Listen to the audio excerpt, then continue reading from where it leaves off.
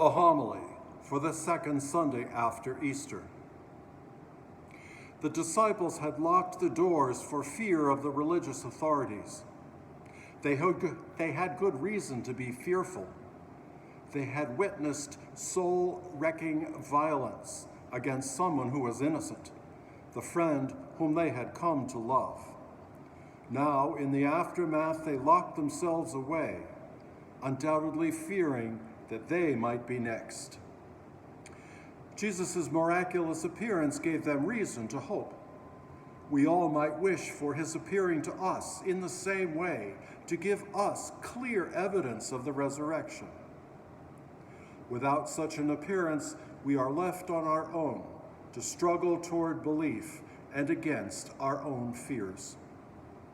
In that sense, we are partners of Thomas, the one unfairly known throughout the centuries as Doubting Thomas. Remember, the other disciples had seen Jesus. He was asking for what they had already experienced. In other words, he is the normal one, just like us. Maybe out of fairness, we should call him struggling to believe Thomas, just like us. He and the disciples pose you and me several questions.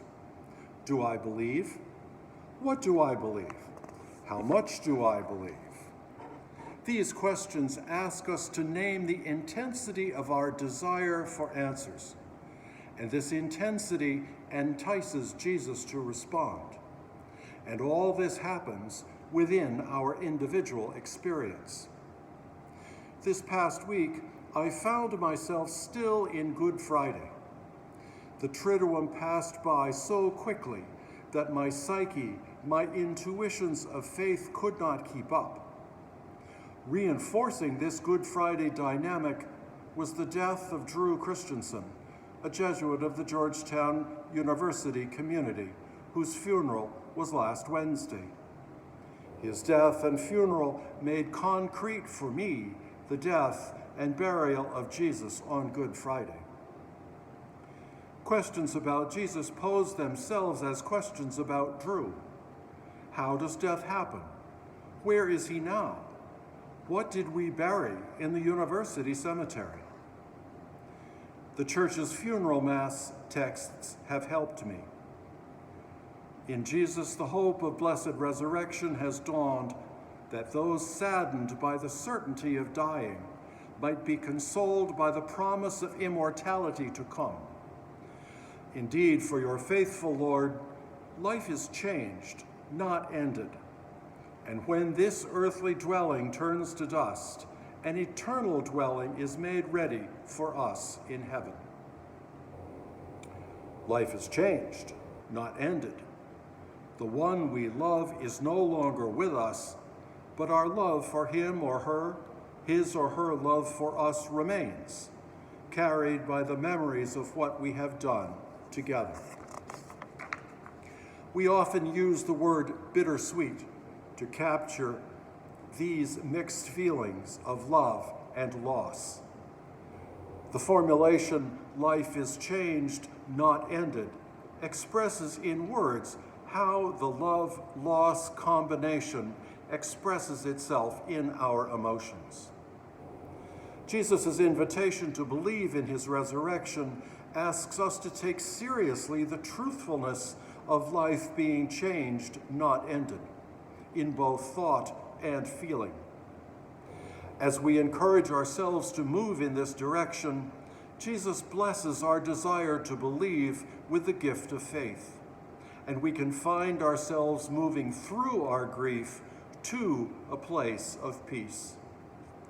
This is a process, of course, that takes time.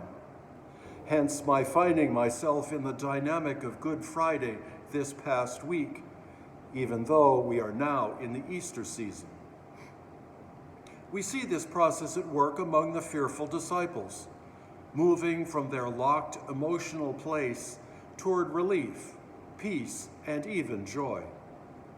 The same can happen within us, provided that we remain open to the process as process and avoid becoming stuck in the grief or trying to rush too quickly through the grief. Becoming stuck in the grief is quite easy if we focus solely on the violence of our world, in Ukraine, Sudan, Yemen, our own country, our own lives. The grief is real. We need to continue to unite Jesus' resurrection with our grief. Otherwise, our grief will turn to despair and kill us. So, how are you doing in the move from Good Friday into Easter Sunday? In the presence of so much to grieve, how do we help ourselves move forward? In our second reading, St. John relates his experience of being knocked down and out by the appearance of Jesus. When I caught sight of him, St. John writes, I fell down at his feet as though dead. But notice what happened next. He touched me with his right hand and said, do not be afraid. Once I was dead, but now I am alive forever and ever. In this scene, St. John was undoubtedly drawing on the appearance of the Son of Man to the prophet Daniel. Again, one in human form touched me, Daniel writes, and strengthened me. He said, do not fear, greatly beloved, you are safe. Be strong and courageous. When he spoke to me, I was strengthened, and I said, let my Lord speak, for you have strengthened me. This is Jesus' message to you and to me today. Holy Trinity's doors are not locked, though there is much to fear, and we may have much fear inside us. Are our hearts and minds locked out of fear? Jesus invites us to hear him say to each one of us, speaking our names to us, do not be afraid, greatly beloved. You are safe. Be strong and courageous. I invite you to take a moment right now and let him say these words to you, naming you by name. Do not fear, greatly beloved. You are safe.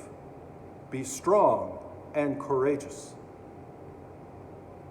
And now let's rejoice in all that Jesus has done for us and be ready to share that good news with our suffering world.